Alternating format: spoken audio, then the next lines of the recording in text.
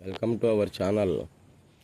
Pullapantula Ramamurthy world teacher. World teachers are born, not made. ప్రపంచ గురువులు, అవధూతలు, జిజ్ఞాసులు ఇలాంటి వాళ్ళందరూ కూడా తయారయ్యే జన్మిస్తారు. జన్మించిన తర్వాత తయారవరు. ఇప్పుడు మనం ప్రైవేట్ ఇన్స్టిట్యూట్స్లో పనిచేసేటువంటి టీచర్స్ యొక్క బాధలు, బాధ్యతలు గురించి మనం చెప్పుకుంటున్నాం. చూడండి, ఒక ఉద్యోగంలో చేరాడు. ఉద్యోగంలో చేరిన తర్వాత నెలకి 20,000 30,000 జీతం ఉంది. గవర్నమెంట్ వాళ్ళని గురించి కాదు, ప్రైవేట్ వాళ్ళని గురించి. చూడబోతేనో బిల్డింగ్స్ ఈ విధంగా పెద్ద పెద్ద బిల్డింగ్స్ ఉంటాయి. ఇది ఆ స్కూల్స్, కాలేజీలు. దాన్ని చూడగానే అందరు ఏమనుకుంటారంటే, అబ్బా పెద్ద బిల్డింగ్లో పనిచేస్తున్నాడు కాబట్టి ఇతనికి ఎంతో జీతం ఉంటుంది అని అనుకుంటారనమాట. సహజం, చూసేవాళ్ళ సహజం. కానీ పనిచేసేటువంటి వాడు నా స్కూలు, నా కాలేజీ అనే భావంతో ఉంటాడు.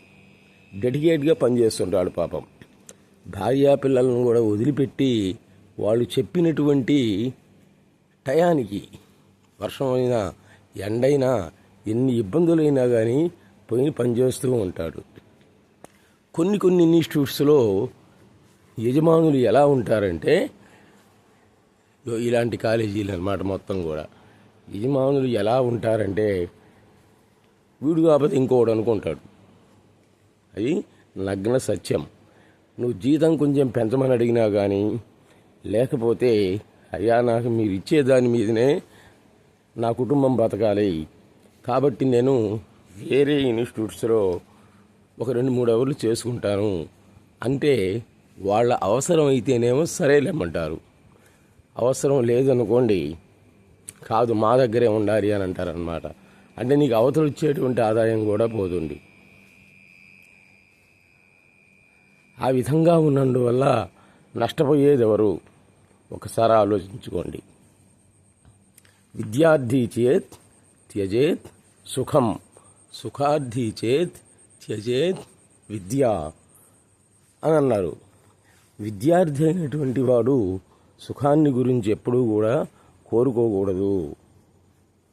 సుఖాన్ని కోరేటువంటి వాడు విద్యను గురించి ఆలోచించకూడదు అని చెప్పారు. అంతవరకు బాగానే ఉంది. పాపం రాత్రింబగళ్ళు భార్యా పిల్లలను వదిలిపెట్టి ఎక్కడి నుంచో వచ్చి కుటుంబ పోషణ కోసం ప్రైవేట్ ఉద్యోగం చేసే వాళ్ళ పరిస్థితి ఏంటి ఒకసారి ఆలోచించండి. ఎక్కడైతే నువ్వు పాపం 2-3 అవర్లు మాట్లాడుకుంటావో వాళ్ళప్పుడు కరెక్ట్గా అదే టైంలో మళ్ళీ ఇక్కడ ఎవరు వేస్తారు నీకు. అంటే నీకు ఆ వచ్చే రూపాయి కూడా పోతుందన్నమాట. ఆ విధంగా ఉన్నటువంటి వాళ్ళు చాలామంది ఉన్నారు. నీ పరిస్థితిని గురించి వాళ్ళు ఆలోచించరు.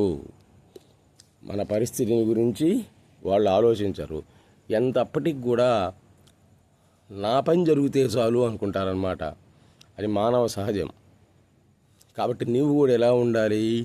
తప్పని అంటే వాళ్ళు ఇచ్చేదాని మీదే ఆధారపడేటువంటి వాడికి, పాపం పొలాలు గిలాలు వ్యాపారం ఏమీ లేకుండా వాళ్ళు ఇచ్చేటువంటి జీతం మీదనే ఆధారపడేవాడికి సూసైడ్ గ్యారంటీ. అది తప్పదు. గుర్తుపెట్టుకోండి మిత్రులారా. ప్రైవేట్ స్కూల్స్లో, కాలేజీల్లో పనిచేసే వాళ్ళు ఆలోచించుకోండి. తప్పదది. నీ వల్ల నీ భార్యా పిల్లలు రోడ్డున పడతారు. కాబట్టి ఏంటంటే, నేను మీకు విన్నవించేది ఏంటంటే, ప్రైవేట్ ఉద్యోగస్తులు అంటే నాకు చాలా ఇష్టం. పాపం వాళ్ళు రాత్రింబగళ్ళు పనిచేసేటువంటి వాళ్ళు, భార్యా పిల్లల్ని వదిలిపెట్టి రోగాలు వచ్చినా పనిచేసేటువంటి వాళ్ళు. ఇంకా కొన్ని కాలేజీల్లోనైతే, అయ్యా నేను ఇక్కడ కంటికి ఆపరేషన్ చేయించుకోవాలి, ఒక వారం రోజులు పోవాలి అంటే సరే పొమ్మంటారు. ఆ వారం రోజులు నీకు వచ్చేటువంటి జీతం కాస్త కట్ చేస్తారు. చూడండి ఎంత దుర్మార్గమో చూడండి. అంతవరకు నీ ఇన్స్టిట్యూట్లో నీ కోసం పనిచేసి నీకు కోట్లు కోట్లు సంపాదించి పెట్టి చివరికి వాళ్ళకి ఏదైనా రోగం వచ్చినట్లయితే చివరికి నిన్ను పంపిస్తారు. పంపించిన తర్వాత నీకు ఆ లీజర్ ఉంటుంది చూడండి, ఆ సెలవులో జీతం వచ్చేటువంటి రూపాయి కూడా కట్ చేస్తారనమాట. అటువంటివి ఎన్నో ఉన్నాయి. కొన్ని మాత్రం మంచి కాలేజీలు ఉన్నాయి. మానవత్వం కలిగినటువంటి మేనేజ్మెంటు ఆ విధంగా చెయ్యరు. ఇది మాత్రం నగ్న సత్యం. ఎవరు ఏమనుకున్నా కానీ ఇది నిజం. అయితే ఇక్కడ ఇంకోటి ఉంది. ప్రభుత్వం ఏమంటుంది, ఒక ఇన్స్టిట్యూట్లో పనిచేసేటువంటి వాళ్ళు ఇంకో చోట చేయకూడదు అని ఉంది. మొన్ననే తెలిసింది నాకు ఆ రూల్ ఉందట. ప్రైవేట్ ఇన్స్టిట్యూట్స్లో పనిచేసే వాళ్ళు ఒక చోట పనిచేసేటువంటి వాళ్ళు అంటే ఫుల్ టైం ఉండాలన్నమాట. ఇంకో చోట చేయకూడదు. ఎందుకంటే అక్కడెక్కడో పనిచేసినటువంటి వాళ్ళకి అలసిపోయి ఇక్కడ పాఠాలు చెప్పలేరు అని గవర్నమెంట్ రూల్ ఉందట. వాళ్ళకేముంది, శాసనసభలో పార్లమెంట్లో కూర్చొని ఏదైనా చెప్తారు. మరి ఒకే ఇన్స్టిట్యూట్లో ఉన్నప్పుడు వాళ్ళకు వచ్చే ఫీజులు ఎంత, అక్కడ ఉండేటువంటి స్ట్రెంత్ ఎంత, వీళ్ళకి ఇచ్చేటువంటి జీతం ఎంత అని ఆలోచించారా? చెప్పండి. ఒక్కడు కూడా ఆలోచించలే. మరి స్ట్రెంత్ ఏమో వచ్చేసరికి ఏమో వందలు, క్లాసుకు 100 మంది పిల్లలు, నీకు ఇచ్చేది 100 రూపాయలు. చూడండి, క్లాసుకు నీకు ఇచ్చేది 100 రూపాయలు. అట్లాంటివి 2-3 క్లాసులు ఉంటాయి. వాటిని దిద్దాలి అంటే నీకెంత శ్రమ, పేపర్ వాల్యుయేషన్ చేయాలంటే మళ్ళీ వారం ఇది ఒకటి మళ్ళీ. కాబట్టి భార్యా పిల్లల్ని కూడా వదిలేసి సుఖాలు వదిలేసి పాపం వాళ్ళ కోసం కష్టపడుతున్నారు వీళ్ళు. కుటుంబ సభ్యుల్లాగా చూసుకోవాలి. వేరే వాళ్ళ చేసేటట్టయితే మాకు అవసరం లేదు అనేవాళ్ళు ఉన్నారన్నమాట. కాబట్టి ఆ విధమైనటువంటిది అసహజం, మానవుడి యొక్క సహజం. వీళ్ళు ఇచ్చేది లేదు, నీకు వచ్చే రూపాయి కూడా పోతుంది. ఏమన్నా టైం టేబుల్ సెట్ కావట్లేదు అంటాడు. టైం టేబుల్ సెట్ కావట్లేదు, సెట్ చేసుకో, ఎట్లా తట్టు సెట్ చేసుకో. అంతేగాని నువ్వు వేరే చోట పనిచేస్తే మా దగ్గర వద్దు అనేటువంటిది మాత్రం అది ఒక మాటలో చెప్పాలంటే నా దృష్టిలో దుర్మార్గమే. ఇది. మరి నీ దగ్గరే పనిచేసినప్పుడు మరి 30,000-40,000 వేలు. ఈ కాలంలో బతకాలి అంటే 2 పిల్లలు భార్యాభర్తలు బతకాలి అంటే కనీసం రోజుకి 1,000 రూపాయలు ఉండాలి. అంటే నెలకు కనీసం 30,000. నెలకు 30,000 ఉంటేనే ఇంటెద్దలు కరెంటు బిల్లులు ఇవన్నీ కట్టుకొని ఉండేవాళ్ళు. నీ దగ్గరే పనిచేసి నువ్వు ఇచ్చేది ఎంత చెప్పండి ముందు ఒకసారి. అవరకు 100. అయ్యన్ని రోజుకి 3 అవర్లో 4 అవర్లో ఉంటాయి. ఆయన నెలకు పనిచేసేది నెలకు వచ్చేదంతా 15, 16, 20 వేలు ఉంటాయి. మరి వాడు ఎట్ట బతకాలి? ఒకసారి ఆలోచించండి. ఇంకా పరిస్థితి బాగున్నటువంటి వాళ్ళైతే మనం ఇచ్చేదంతా అని ఆలోచించరు, మనం చేసినటువంటి వర్క్ ఎంత అని ఆలోచించరు. మన పని జరిగితే చాలు, వాడి పక్క వచ్చే ఆదాయం పోతే మనకేం పోయింది అనేటువంటి ఆలోచనలో ఉంటుంటాడు. మానవ సహజం. నా పని జరిగితే చాలు అనే దాంట్లో ఉంటుంటారు. అటు ప్రైవేటు సంస్థల్లో పనిచేసే మిత్రులారా, నా అనుభవం కొంది 60 సంవత్సరాల అనుభవం. 40 సంవత్సరాల నుండి పిల్లలకు పాఠాలు చెబుతున్నా, రూపాయి కూడా సంపాదించుకోలేకపోయా. ఈరోజు ఏమన్నా రోగాలు వచ్చినా ఇంటెద్దెలు కొట్టుకున్న పరిస్థితి, కట్టలేనటువంటి పరిస్థితి ఏర్పడింది. రోగాలు వచ్చినా ఏమన్నా వచ్చినా కానీ మంచి హాస్పిటల్లో చూపించలేని పరిస్థితి వచ్చింది. గవర్నమెంట్ హాస్పిటల్ పంపించాల్సి వచ్చింది ఫ్యామిలీని. చూడండి, అంటే 50 సంవత్సరాలు చేస్తే కానీ మనకు అర్థం కాలేదన్నమాట. యుక్త వయస్సులో ఉన్నప్పుడు మనకేం అర్థం కాదు. హాస్టల్లో అన్నం పెడతారు, టీ ఇస్తారు, కాఫీ ఇస్తారు, ఇంకా మీకేమైనా అలవాటు ఉంటే అవి కూడా తీరుస్తారు. కొన్ని చోట్ల, అందరూ కాదన్నమాట.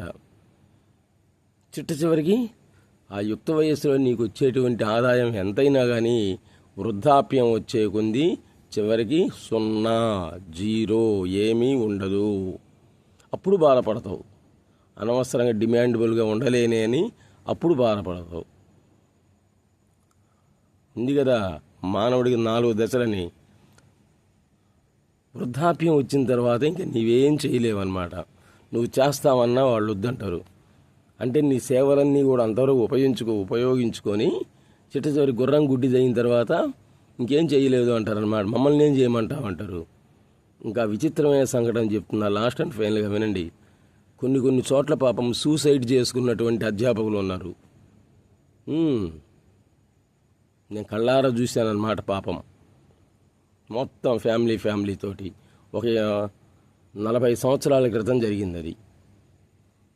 ఒక చోట పనిచేసేటువంటి ఆయన తెలుగు సార్ పాపం 20 సంవత్సరాలు పనిచేశాడు. మేనేజ్మెంట్ని అడిగాడు, అయ్యా భార్యాపిల్లల్ని పోషించలేకపోతున్నాను.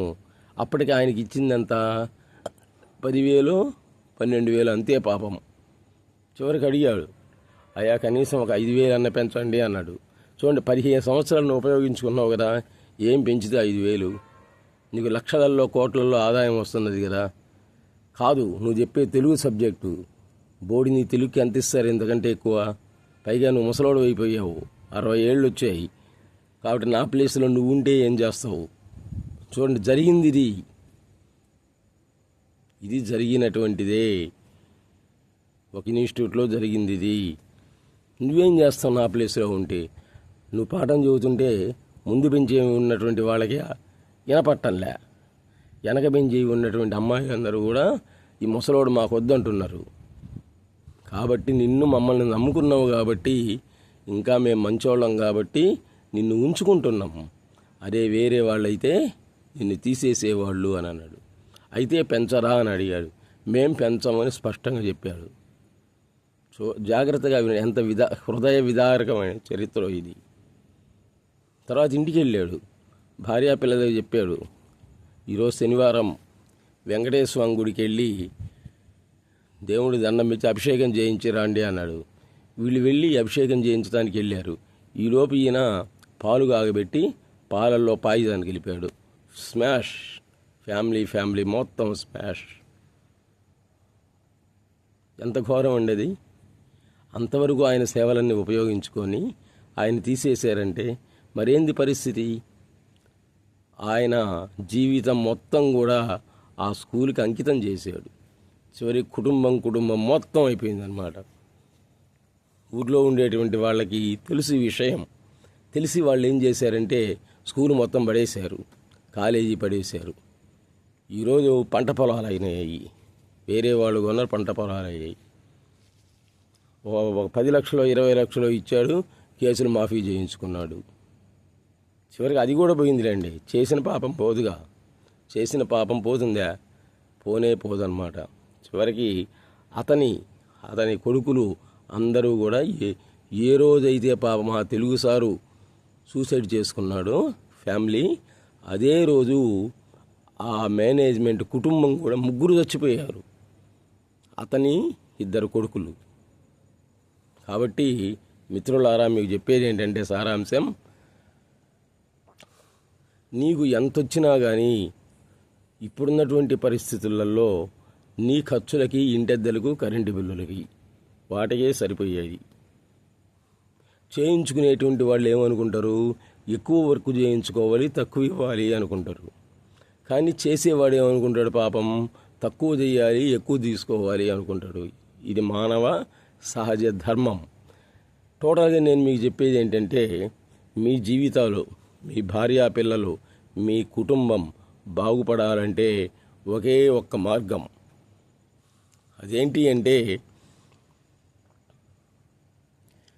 అదేంటంటే సైడ్ బిజినెస్ పెట్టుకోండి.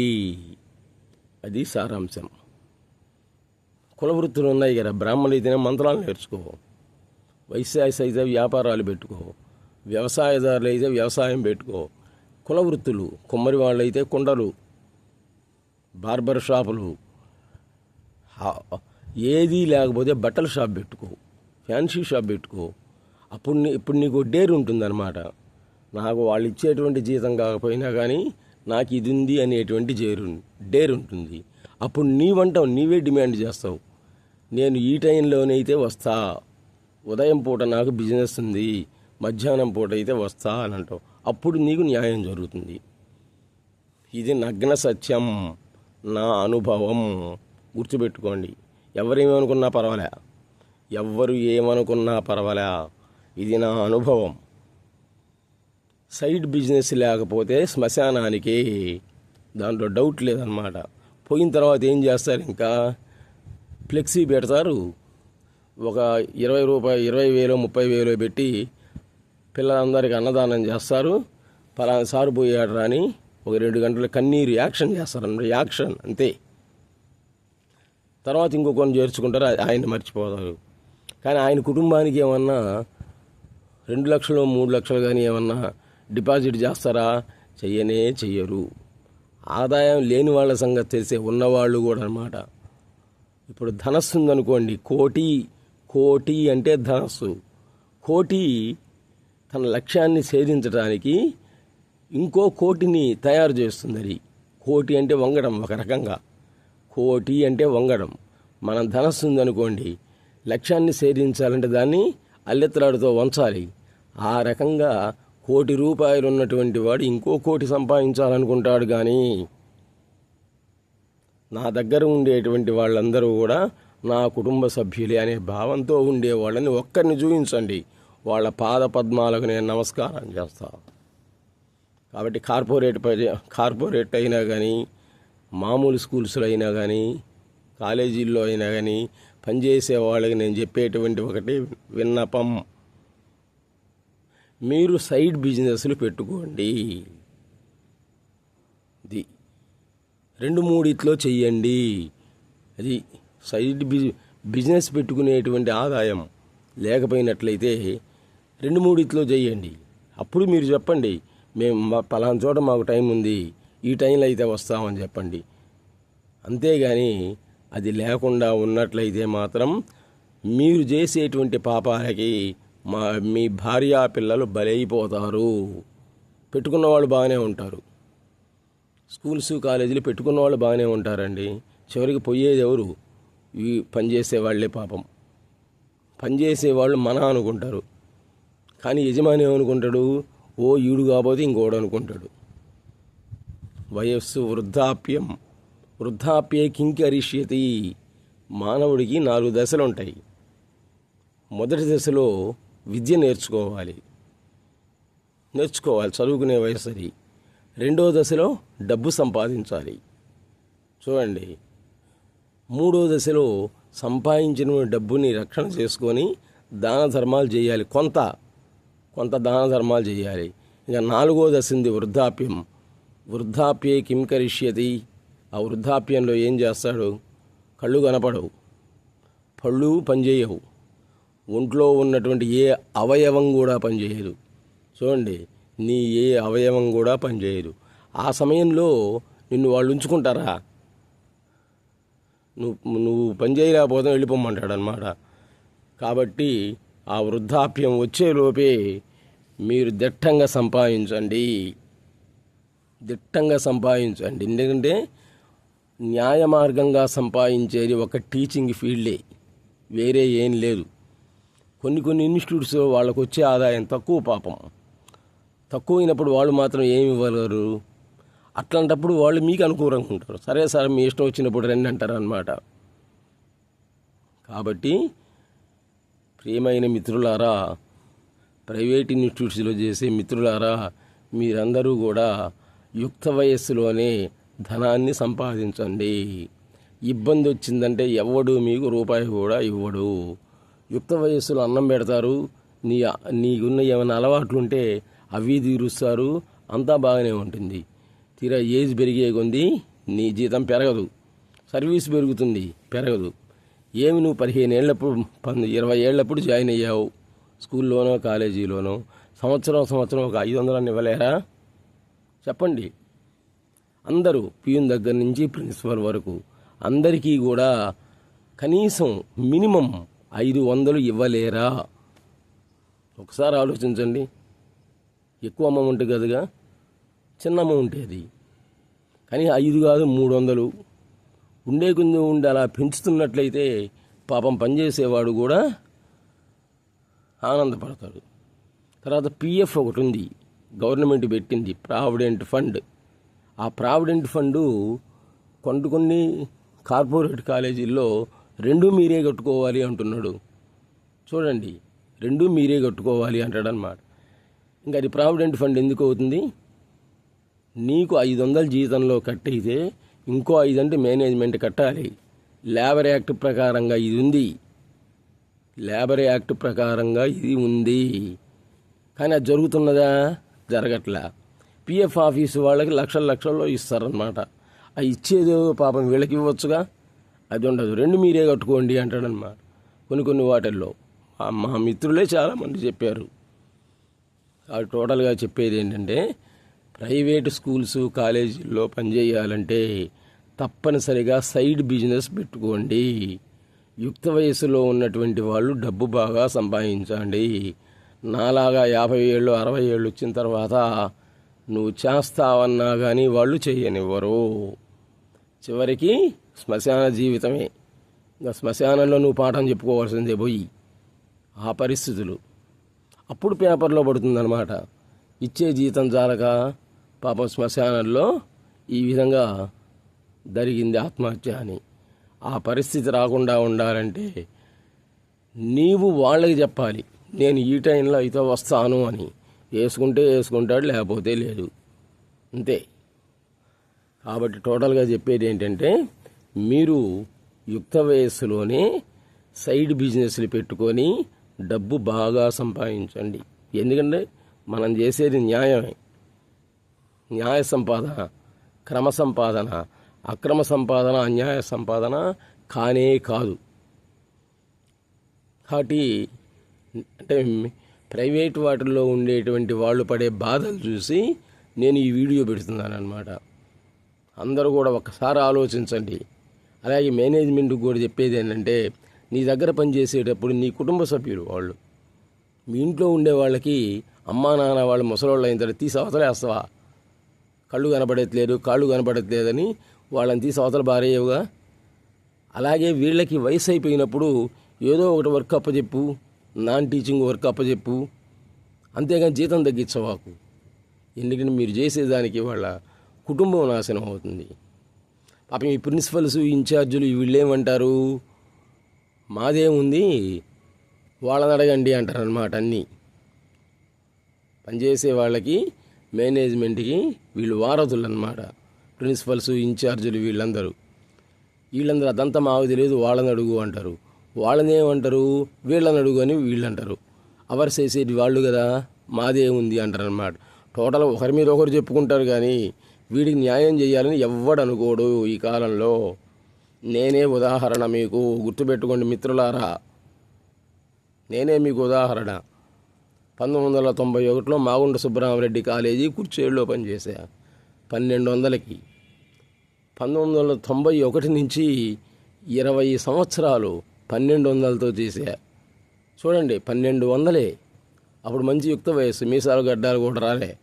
అబ్బా సార్ భలే చెప్తున్నారని వచ్చింది. 20 మంది పిల్లలు ఉన్నటువంటి వాళ్ళు 200 మంది పిల్లలు అయ్యారు. కాకపోతే వెళ్ళి అడగండి కుర్చేడులో, పుల్లా మందుల రామమూర్తి అంటే ఏంటి పరిస్థితి అని. కానీ అప్పుడేమనిపించింది, ఏమనిపించలే. ఆ వచ్చినటువంటి డబ్బులు కాస్త మన ఖర్చులకు పోయినాయి. తర్వాత పెళ్ళి అయిపోయి పిల్లలు పుట్టిన తర్వాత ఈరోజు బాధపడాల్సి వస్తుంది. వాళ్ళు ఏమంటారు, మేము చెప్పిన టయానికి రావాల్సిందే అంటారు. మనకేంటి, ఇంకా ఏజ్ పెరిగే కొంది ఇంకా బీపీలు, షుగర్లు, ఆయాసాలు ఇవన్నీ మానవ సహజం రావటం. అప్పుడు వచ్చిన తర్వాత వాళ్ళు ఏం చేస్తారు, మేము చెప్పిన టైంలో నువ్వు రావాలి అంటారు కదా. ఆ టయానికి పోవడానికి నీకు ఇబ్బంది. నీకు ఆ వృద్ధాప్యంలో కూడా పాపం భార్యా పిల్లల్ని పోషించుకోవడానికి ఏదో స్కూల్లో ఏదో ఒకటి ఒప్పుకుంటాం అన్నమాట. అదే కరెక్ట్గా అదే టైంలో వాళ్ళు టైం టేబుల్ వేస్తారు. ఏమనంటేనేమో పార్ట్ టైం వాళ్ళు ఎక్కువ వస్తున్నారు, గవర్నమెంట్ కాలేజీల్లో పనిచేసే వాళ్ళు వస్తున్నారు, కాబట్టి వాళ్ళ టైం ఇవ్వాలి కదా అని అంటారనమాట. తెల్లవారుజామున 6, 4, 5 కూడా కొన్ని కాలేజీలలో ఆ విధంగా పాపం బీపీలు, షుగర్లు, ఆయాసాలతోటి వాళ్ళు చెప్పిన టయానికి పోయి చివరికి వాళ్ళు పాపం మరణావస్థను పోయారు, యమలోకానికి పోయారు. భూలోకం నుండి యమలోకానికి పోయారనమాట. అప్పుడు వాళ్ళు ఏం చేస్తారు, ఒక చిన్న ఫ్లెక్సీ పెడతారనమాట. ఇంతవరకు మన దగ్గర సేవ చేశాడు, పోయాడు అని చెబుతారు. పోనీ ఆ కుటుంబానికి ఒక 10 లక్షలు 15 లక్షలు ఏమైనా ఇస్తున్నారా? ఇవ్వరు కదా. మాకు వచ్చేది తక్కువ అంటారు. కాబట్టి టోటల్గా ఇంతవరకు మీరు నా బాధ అంతా కూడా విన్నారు. ఇది మన బాధ, నా బాధ కాదు, మన బాధ. యుక్త వయస్సులో ఉన్నంత వరకు నీకెంత ఆదాయం వచ్చినా కానీ అది కనపడదు. పెళ్ళి అయిపోయిన తర్వాత భార్యా పిల్లలు వచ్చిన తర్వాత పైగా అద్దె హౌస్ రెంట్లో ఉండేవాడికి ఇంకా ప్రమాదం. వాళ్ళకి తెలియదు కదా మన బాధలన్నీ కూడా. ఉండే కొంది అది పెరుగుతుంటుంది, ఇంటద్దెలు పెరుగుతాయి, నీ వయసు పెరుగుతాయి, పిల్లలు పెరుగుతాయి, కాస్ట్ ఆఫ్ లివింగ్ పెరుగుతుంది, జీతం పెరగదు. అదంతే. అప్పుడు అడిగామనుకో, మేము ఇచ్చేది ఇంతే, ఉంటే ఉండి పోతే పో అంటారు. కానీ ఎవరైనా ఒక్కరైనా ఆలోచిస్తున్నారా? పాపం మనం ఇచ్చేదంతా, మనం చెప్పే వర్క్ ఎంత అని ఆలోచిస్తున్నారా? ఒక్క లెక్చరరు 100 మందికి పాఠాలు చెప్పడం అంటే అది సహజమేనా? అది అయ్యే పనేనా చెప్పండి? మళ్ళీ ఎవ్వరు మాట్లాడకూడదు క్లాసులో పిల్లలు. ఈ కాలం పిల్లలు ఎట్టున్నారు? 6వ తరగతితోటే మందు తాగి వస్తున్నాడు క్లాస్కి. మందు తాగి చాక్లెట్ వేసుకొని వస్తున్నాడు వాసన రాకుండా. అది వాడిని కొట్టడానికి లేదు, తిట్టడానికి లేదు. కాబట్టి మేనేజ్మెంట్ కూడా ఇప్పుడున్న పరిస్థితుల్లో ఎలా ఉండాలి అంటే, ఫ్లోర్ ఇన్ఛార్జీలు కాకుండా రూమ్ ఇన్ఛార్జీలను పెట్టుకోవాలి. నేను చెప్పాను కదా, ఎవరు ఎన్ని అనుకున్నా కానీ మొహమాటం లేకుండా నా అనుభవంతో చెప్తున్నా. రూమ్ ఇన్ఛార్జీలు ఉండాలన్నమాట. 2 రూమ్లో ఒక ఇన్ఛార్జ్. వాళ్ళు ఏం చేయాలి? పిల్లల్ని కంట్రోల్ వాళ్ళ విషయంలో ఉండాలి, టీచర్ విషయంలో కాదు ఉండాల్సింది. మేనేజ్మెంట్ ఏమంటారు? ఎవరు పాఠాలు చెబితే పిల్లలందరూ కూడా వాళ్ళ కంట్రోల్లో ఉండాలి అంటారనమాట. వీడు పాఠాలని చెప్పాలా, పిల్లలను చూడాలా? ఇదిగో నువ్వు పాఠం చెబుతుంటే ఆ అమ్మాయి పూలు పెట్టుకుంది, ఈ అమ్మాయి లిఫ్ట్కి వేసుకుంది, ఆ అమ్మాయి నువ్వు చెప్పేది రాయట్లేదు. వాళ్ళు ఫీజులు కట్టేది దేనికి? లక్షలు. మనం చెప్పేది వినటానికి, రాయటానికేగా, మార్కులు తెచ్చుకోవటానికేగా. కానీ వాళ్ళు చేయరు పిల్లలు. కాబట్టి అదంతా చూడాల్సినటువంటి బాధ్యత ఎవరిది? ఒకసారి ఆలోచించుకోండి. కొన్ని కాలేజీలు ఉన్నాయి. ఒక రకంగా చెప్పాలంటే వినుకొండ కృష్ణవేణి కాలేజీ నెంబర్ 1. నేను చెప్తున్నాను కదా మొహమాటం లేకుండా. కృష్ణవేణి కాలేజీలో ఈ బాధలన్నీ కూడా లేవన్నమాట. మేనేజ్మెంట్ ఒకటే అంటారు, అయ్యా మేము మీకు జీతాలు ఇచ్చేది దేనికి అంటే కేవలం పాఠాలు చెప్పినందుకు. ఇంకా పిల్లలు మాట్లాడటం, గోల్ చేయటం ఇదంతా మేము చూసుకుంటామంటారనమాట. అందువల్ల కృష్ణవేణి నది ఏ విధంగా అయితే నిరంతరం ప్రవహిస్తూ ఉందో, ఈ రోజుకి కూడా కృష్ణవేణి కాలేజీ నెంబర్ 1 అయింది వినుకొండ పట్టణంలో.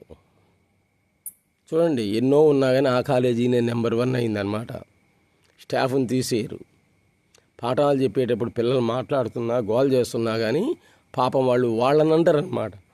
పైగా సంవత్సరం మనకు సర్వీస్ పెరిగే కొంది 500, 1000 ఎంతో కొంత పెంచుతుంటారు. కుటుంబ సభ్యుల్లాగా చూసుకుంటారు. అందుకే కృష్ణవేణి కాలేజీలో పనిచేసేటువంటి స్టాఫ్ ఎప్పుడూ కూడా బయటికి పోరన్నమాట. ఇంకెందుకు పోతారు చెప్పండి? నీ వయసు పెరిగే కొంది సర్వీస్ పెరుగుతున్నది. సర్వీసు పెరిగే కొంది ఎంతో కొంత 500, 1000 పెరుగుతున్నది. పొరపాటున పోయినటువంటి వాళ్ళు చాలా ఇబ్బంది పడుతున్నారు. ఆ కాలేజీని వదిలిపెట్టి బయటికి పోయి అంతకంటే ఎక్కువ ఇస్తాము అన్నటువంటి కాలేజీలకు పోయి పాపం వాళ్ళు ఈరోజు నరకం ఒక రకంగా సూసైడ్ ఆలోచనతో ఉన్నారు. కృష్ణవేణి కాలేజీని ఎందుకు వదిలిపెట్టామని బాధపడుతున్నారన్నమాట. ఎందుకంటే కారణం ఇదే. జీతం పెంచయ్యా అని అడిగామనుకోండి, నువ్వు పాఠం చెబుతుంటే వాళ్ళు మాట్లాడుతున్నారు, ఇంకేంది నీకు పెంచేది అనమాట. ఈ పాఠం అని చెప్పాలా, వాడిని చూడాలా? కాబట్టి పిల్లల కంట్రోల్ విషయం మాత్రం ఎవరిది అంటే నాన్ టీచింగ్ స్టాఫ్, ఇన్ఛార్జీలు, ప్రిన్సిపల్దే. మేము మీ చుట్టూ తిరగాల అంటారు. ఒక ఇన్స్టిట్యూట్లో ఒక ఆమె అంది, నువ్వు పాఠం చెబుతుంటే పిల్లలు మాట్లాడుతుంటే నేను ఇంక నీ చుట్టూ తిరగాల అంది. అంటే నేను తిరగాలని చెప్పా. నా జీతం ఇచ్చేది దేనికి? పాఠం చెప్పినందుకు. వాళ్ళందరినీ వాడి చేత నేను ఎక్కడ దాన్ని ఇచ్చుకునేది? ఎక్కడి నుంచో వచ్చి భార్యా పిల్లల్ని పోషించుకోవడానికి వచ్చినప్పుడు మీ పిల్లల్ని దాన్ని వాళ్ళ చేత మేమెక్కడ తన్నులు తినాలి? ఆలోచించండి ఒకసారి. ఎక్కడి నుంచో వచ్చావు పాపం భార్యా పిల్లల కోసం వాళ్ళని పోషించడానికి.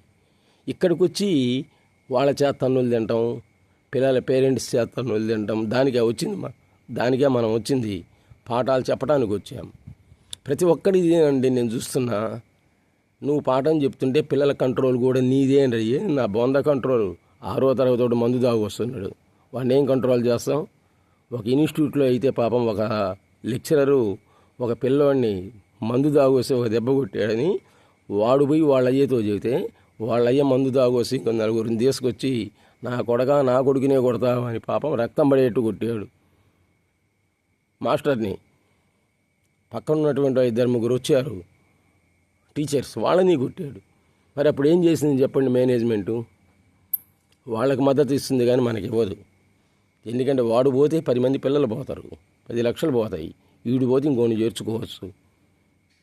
కాబట్టి మేనేజ్మెంట్కి కూడా నేను చెప్పేది ఏంటంటే పిల్లల్ని కంట్రోల్ చేసుకునేటువంటి విషయం ఇది నగ్న సత్యం ప్రిన్సిపల్ది. రెండోది ఏంటి అంటే పాపం ప్రిన్సిపల్స్ అన్నీ చూడటం కుదరదు, అది కూడా చెప్తున్నాగా. మేనేజ్మెంట్లో ఎన్నో ఉంటాయి ఇబ్బందులు, అన్నీ చుట్టం పాపం ఆయనకి ఇబ్బంది. ఇన్ఛార్జీని పెట్టుకున్న దేనికి? వాళ్ళు హాజరు వేసుకుని పొట్ట రుద్దుకుంటూ కూర్చోవటానికా? రూమ్ దగ్గర తప్పనిసరిగా వాళ్ళు నిలబడాలి. లెక్చరర్